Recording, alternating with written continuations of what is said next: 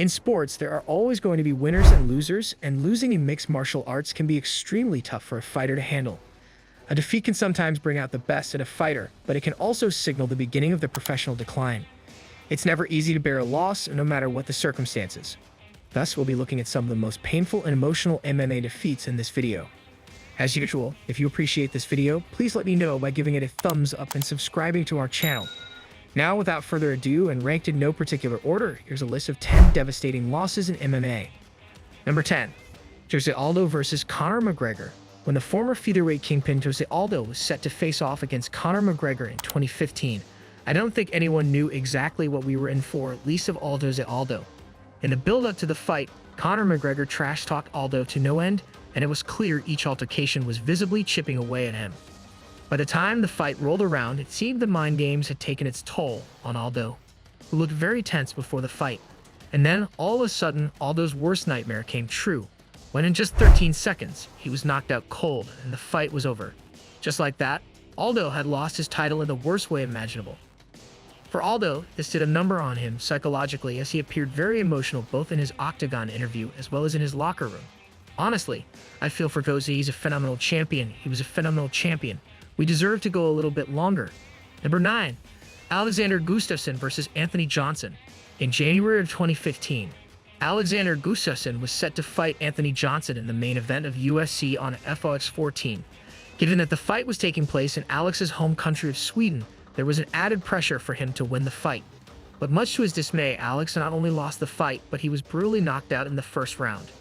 It goes without saying that he was devastated to lose in front of his home crowd. But Johnson kept it classy as he offered up some kind words for the Swede in his post-fight speech. Alex did everything that I thought he was going to do. He's an amazing athlete. I feel bad just because he's crying. You know what I mean? An emotional guy, so I feel his pain. Number 8.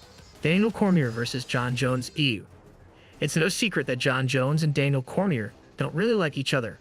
And after their first encounter back at UFC 182, the bad blood hadn't boiled over one bit when Jones defeated Daniel Cormier by decision to defend his title.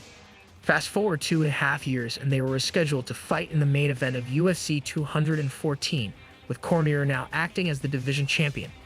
Unfortunately, the fight ended horribly for Cormier when halfway through round 3, Daniel suffered a brutal knockout loss to Jon Jones, losing his title in the process. It was a heartbreaking defeat for Daniel, who couldn't keep his emotions contained during his post-fight interview. I thought the fight was going well. I don't even know what happened. It's like I kicked in the head. Oh man, I'm so disappointed. However, things took an unusual turn when Daniel Cormier was reinstated as the light heavyweight champion, following Jon Jones testing positive for steroids. Number 7. Ronda Rousey versus Holly Holm. In 2015, Ronda Rousey was widely regarded as the greatest female fighter on the planet. As the women's bantamweight champion, she had amassed 6 title defenses, running through all of her previous opponents.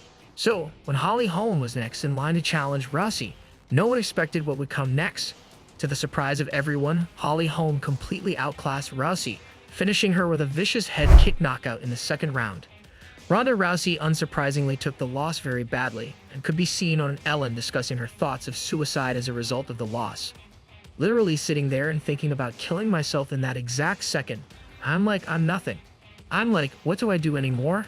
And no one gives a shit about me anymore without this. And quite frankly, she's never been the same since. Number 6. BJ Penn versus Frankie Edgar. To be honest, all of BJ Penn's losses since 2011 have been heartbreaking. But one of the most notable occurred after his third loss to Frankie Edgar in 2014.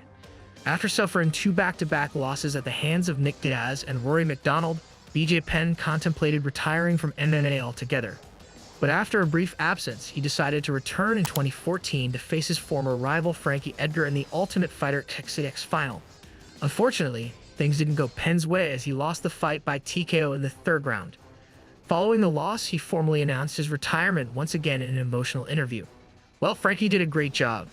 I shouldn't have came back. I shouldn't have been in the ring tonight. Yep, of course, Dennis said it was over. And I gotta agree with him at this point. Number 5. Dustin Poirier versus Khabib Nurmagomedov. The most recent entry on this list is Dustin Poirier's loss to Khabib Nurmagomedov. Despite a couple of setback losses to Conor McGregor and Michael Johnson, Poirier had managed to climb his way up the lightweight ladder to finally earn his shot at Khabib at UFC 242. Unfortunately, Khabib's wrestling and pressure proved too much for Poirier, and by round 3, Khabib submitted Poirier with a rear naked choke. The loss was a brutal defeat for Poirier, who had been chasing this dream for his entire MMA career. I was just so prepared, and now I gotta wake up and look myself in the mirror every morning with this result. Of course, there is no shame whatsoever in losing to someone like Khabib, so in the meantime, he should keep his head held high. Number 4, Conor McGregor versus Nate Diaz. In 2016, Conor McGregor seemed to be on top of the world as he was quickly becoming the UFC's biggest star. At the time, he was undefeated in the UFC and had just defeated Jose Aldo in 13 seconds to become the new featherweight champion. So when he faced off against Nate Diaz at UFC 196, McGregor came into the fight with an extra level of confidence. Unfortunately for the Irishman, Nate Diaz proved to be much tougher than he anticipated. Despite a solid first round, things took a turn for the worse in the second. When Diaz submitted McGregor with a rear naked choke, it was a huge blow for Conor McGregor, who was visibly heartbroken following the fight. Number 3, Junior Dos Santos versus Cain Velasquez. In 2011, Junior Dos Santos shocked the world when he became the first man in history to defeat Cain Velasquez, finishing him by knockout in round 1 to become the new heavyweight champion. So when Cain earned his rematch with Dos Santos in 2012, he didn't let the opportunity go to waste. Cain dominated Junior for 5 brutal rounds as he put on one of the most lopsided performances ever seen. In the end, Dos Santos looked almost unrecognizable as a result of the damage sustained.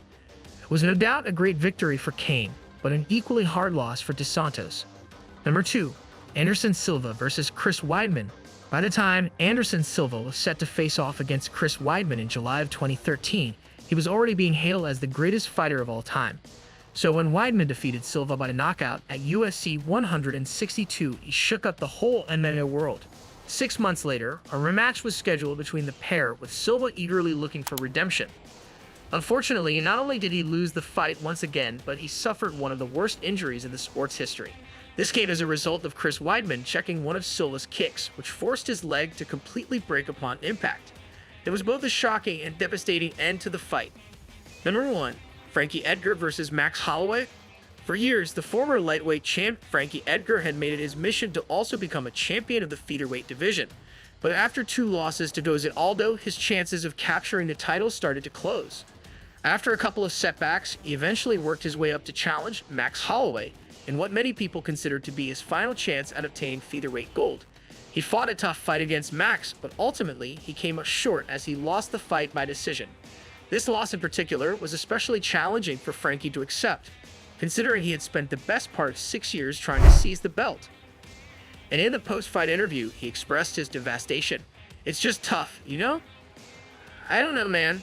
I need to go back to the drawing board and regroup. I'm not done." As always, if you guys enjoyed this video, then please be sure to let me know by leaving a like and subscribing to our channel.